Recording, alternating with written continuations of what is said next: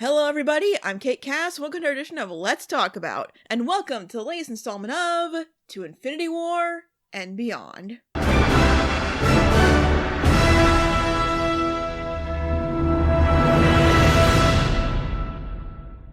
The triumphant comeback that also has to act as a fond farewell. In the conclusion to the trilogy that shouldn't have been and almost never was, it's time to see how the stars aligned in Guardians of the Galaxy, Volume 3. As the team works to recuperate as best they can as they settle into their new routines, an ambush leads to Rocket being fatally wounded. Now on a mission to save their teammate and friend, their endeavor leads them uncovering horrifying things about the past that have ripple effects slowly coming to the surface in the present, making this a mission to save the galaxy as well. Again, it's so wonderful to be here talking about this movie and that this franchise has come this far. Of all the heroes in comics Marvel Studios has been able to make into household names, I think it's safe to say that this is probably the most unexpected success. Especially how successful it's been. It's wild to think that there was a time where this third installment might not have happened for really stupid reasons. But we can put that behind us now, and for those reasons and more, I think it's safe to say that Guardians 3 was the most anticipated project of Phase 5, which is why it's so surprising just how small this movie is. Well, okay, small might not be the right word. Volume 3 has the same amount of planet hopping, outrageous action, and the threat of galaxy-wide destruction that the Guardians' previous outings have had, but all that centers on the inciting incident of saving Rocket's life. It might be the most low-stakes mission in the grand scheme of things so far, but to the team, it's more important than anything else they've done. I really respected this approach, making the entire story revolve around something so small, but so important. However, a small gripe I have with this approach is that it comes at the cost of more satisfying payoffs to the things that were set up back in Volume 2. Guardians 2 had quite a few teases to a bigger future story, and most of it doesn't matter much at all in this story. I don't know if the priority shifted with the longer time between films or the ripples caused by Endgame, but whatever happened, the payoff felt really tacked on. I was expecting the Ravagers Alliance to have more weight, but maybe I should be more surprised that they got Stallone to come back even for a cameo. But the big one is Adam Warlock, played by Will Poulter. I was so excited for his debut, and in fairness, they wasted no time bringing him in. He's the one who attacks the group in the first place, injuring Rocket, and practically demolishes them and everyone around them. It's a great show of power. After that, though, he just kinda hangs around to hunt down the Guardians, but not with much urgency. It appears that Adam was meant to be the most powerful being of the Sovereign race, but suffers from the himbo glitch. He does have a decent arc that ties into the themes of redemption in this franchise, learning empathy and caring for other living things, mainly by getting a pet, but I don't know. I feel like there should have been more. I feel like they might have had different plans for Adam back in 2017, but then they changed the direction of this movie and just stuck him in here because they had to. There's definitely a larger conversation about this particular hurdle with the current state of the MCU to continue to have interconnecting continuity, but larger production gaps between projects. But it might be best to go over that issue I had up front because it's really my only major critique of the film, and it's more based on expectations rather than anything the movie necessarily does wrong. Guardians' greatest strength has been a trifecta of environment, humor, and character. It's still as funny as it's always been, and this movie definitely carries on the tradition of depicting the universe at large. That space is freaking weird. As it should be. But more than ever, character is the load-bearing pillar holding the entire film up. When deciding how to tackle this film and the important stuff I want to say about it, I decided the best thing to do was to go over each character's arc individually until they all come together in the climax. So let's start with one of the characters who has changed the most in this trilogy, Nebula. It's kind of amazing how Nebula went from one of the most sociopathic characters in this franchise to one of the most empathetic, at least to her fellow teammates. When one of them falls, she's there to pick them up, but not in a sappy way. She doesn't necessarily have an arc in this film, aside from maybe learning to appreciate the more unconventional yet equally practical traits of her fellow members, but this film is more about showing how far Nebula has come rather than pushing her further. How much more she cares about the well-being of her family and the lengths she'll go to protect and watch out for them. Her new enhancements look like a mix of Rocket's work and Stark technology too. It's like she took all the single-minded determination that was once focused on pleasing Thanos Thanos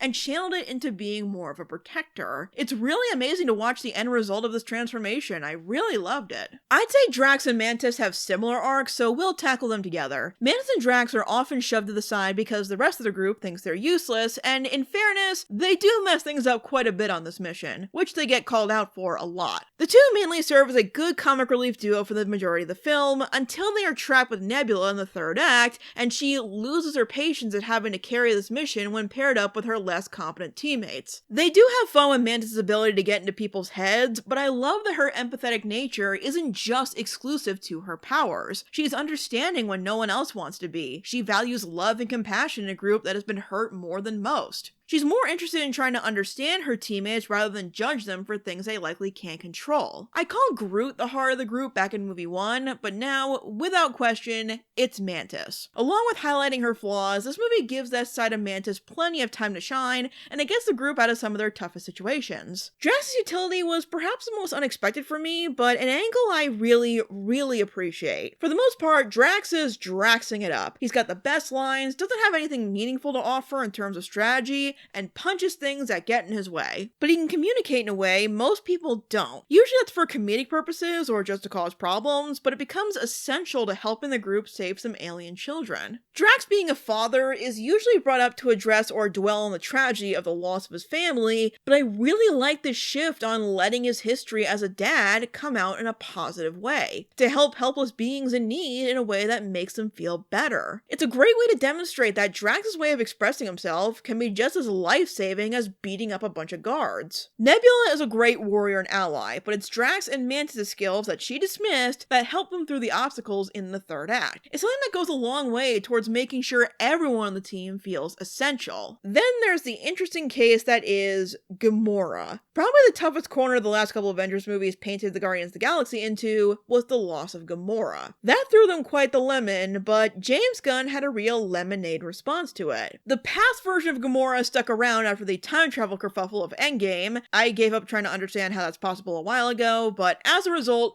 Gamora is still selfish, opportunist, and lethal, with no sense of loyalty to the Guardians outside of Nebula, joining the Ravagers of all people, which is a pretty cool twist, not gonna lie. As much as I complain about it though, I do find it amusing that they lean into the fact that past Gamora being around while everyone else in the past died doesn't make a whole lot of sense. And she came back out of the past. There she is. Why? Was it the magic cliff? I don't know. That's some freaking Infinity Stone scientist. That's the kind of thing that the Guardian series can get away with. This development that could have been an absolute headache becomes one of the most interesting things about the film. How the Gamora who never went through all the development her counterpart did conflicts with her supposed family. Like the contrast between the Gamora who never got to change and the Nebula who has changed so much. She's dragged along on this mission and is enforcing over and over again that the Gamora the Guardians knew is gone. But my Gamora, the one I love, she didn't find it with a group of criminals, she found it with us. You do remember you guys met in prison, right? It's pretty interesting to see a comic book story tackle that reality and how complicated the situation is instead of solely being a lazy retcon. We're seeing Gamora at an earlier stage in her life, where she's learning all these things about compassion and what her priorities should be on this mission with the Guardians, but she doesn't become the Gamora we knew. She becomes a better person for sure, going from someone who gives away the Guardians' location just because she wants to leave, to someone standing by their side in a fight on a collapsing spaceship. It's a very fitting redemption for this franchise. But in the end, Gamora changes a bit after this adventure, but she's still not the Gamora we lost. And she never will be. I admire that they acknowledge that the Gamora Peter loved is gone and never coming back. And by the end, I think he sees Gamora as her own person, and she starts to see the value in sincerely working with a team. I'll be curious what'll happen if we ever see Gamora again, what direction she chooses, and who she'll become compared to who she used to be. Speaking of Peter, he's got quite a bit going on. Peter is definitely the one struggling the most after Endgame, so when Rocket gets wounded, he is dead set on not losing someone he loves again, charging headfirst to save Rocket no matter the risk.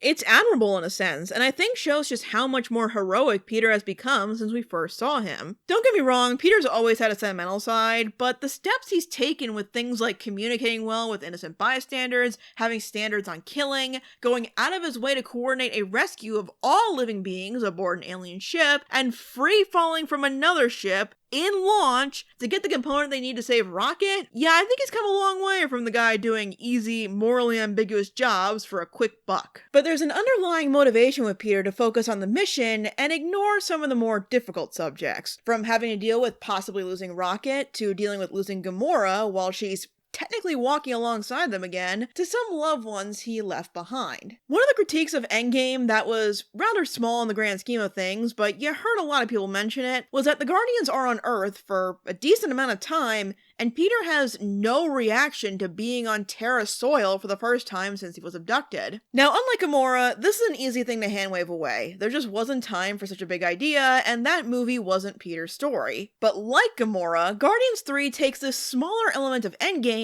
and makes it a pivotal part of Peter's conflict and overall arc. It's not that Peter didn't have a reaction to being back on Earth. The reaction was that he was trying to avoid all the complicated feelings that came with it and get the heck out of Dodge as soon as possible before he faced anything from his old life, especially with the realization that he still has family there. Again, this was an amazing and unexpected approach to how a member of the Guardians has changed after everything that's happened to them. How Peter throws himself into familiar work in a mission to avoid something that could potentially hurt him, when it's already hurt him before, and he's already hurting so much from what's happened to his new family. Even Mantis trying to put his past trauma into perspective only goes so far. But it is nice to see her act so supportive towards her brother. Groot is Groot. Never really character analysis to be done there. I will say, as fun as younger versions of Groot were, it is nice to see him fully grown again. And he's more powerful too. He can grow on command, he can sprout vines and other appendages, and they're always used to protect his loved ones from harm. It's so cool across the board.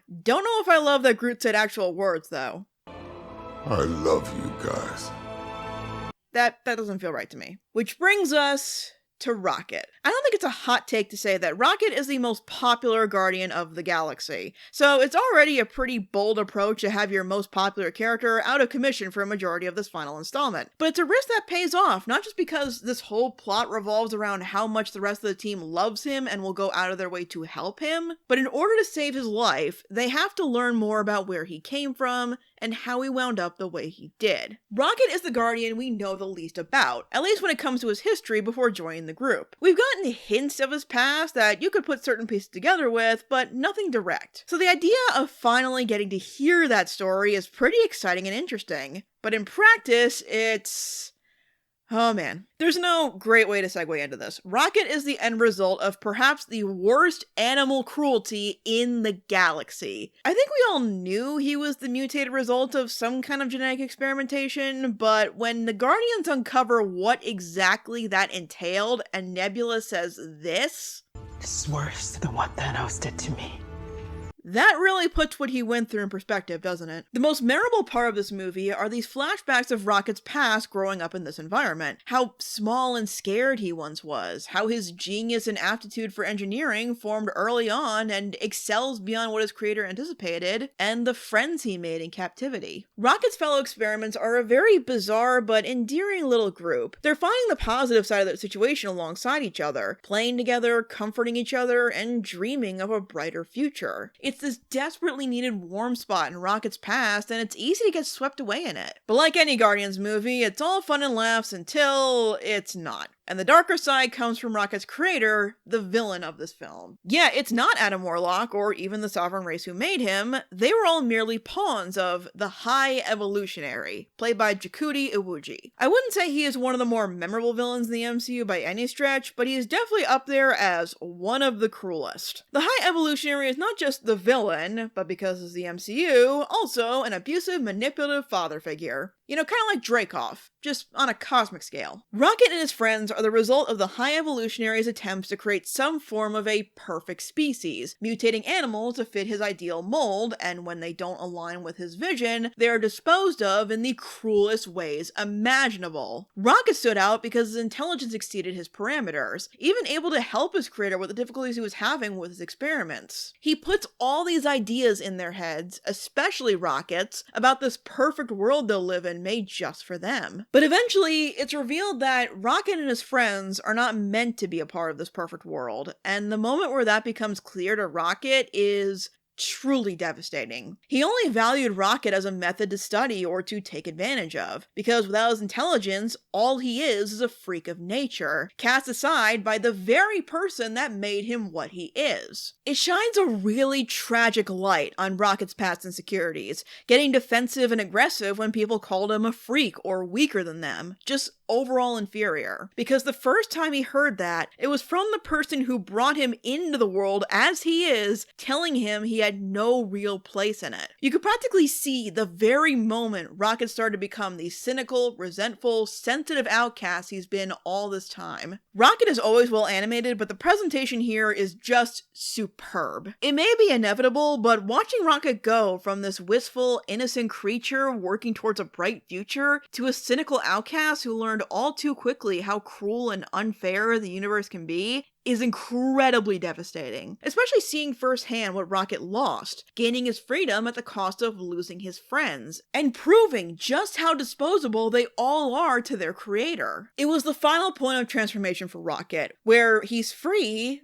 but alone. There's a moment of wonder when Rocket starts flying towards the sky for the first time, but it's quickly overshadowed by his grief and anger. Watching in full force how his rebellious nature was formed by the struggles he faced in his early life, and how that angry nature he developed from this can make him lose sight of things a bit. After all, if he hadn't attacked his creator so viciously, there's a chance he could have escaped with some of his friends. And even after all that, Rocket still isn't free. This whole incident in the present day was caused by the High Evolutionary seeking Rocket out to extract information from his composition he can use to create that perfect race of his, which has gone through a few changes since Rocket's younger years. This is what it's going to look like if the live-action remakes go on long enough to do Zootopia, I just know it. Rocket has lived with the burden of failing to save his first friends, his first family, despite all his supposed skills and genius. It's easy to connect this with Rocket's distant nature, but whether this is because he doesn't want to risk getting close to someone and getting hurt again, or hurting them, is up in the air. But his close encounter with death forces him to confront those feelings right when it seems like his suffering is about to end. The scene of Rocket almost crossing over is magnificently done. Even knowing he'll be okay, it's a scene that gets me really choked up. That's how you know it's good. It acts as a gentle reminder of why Rocket needs to live, to see the universe they never got a chance to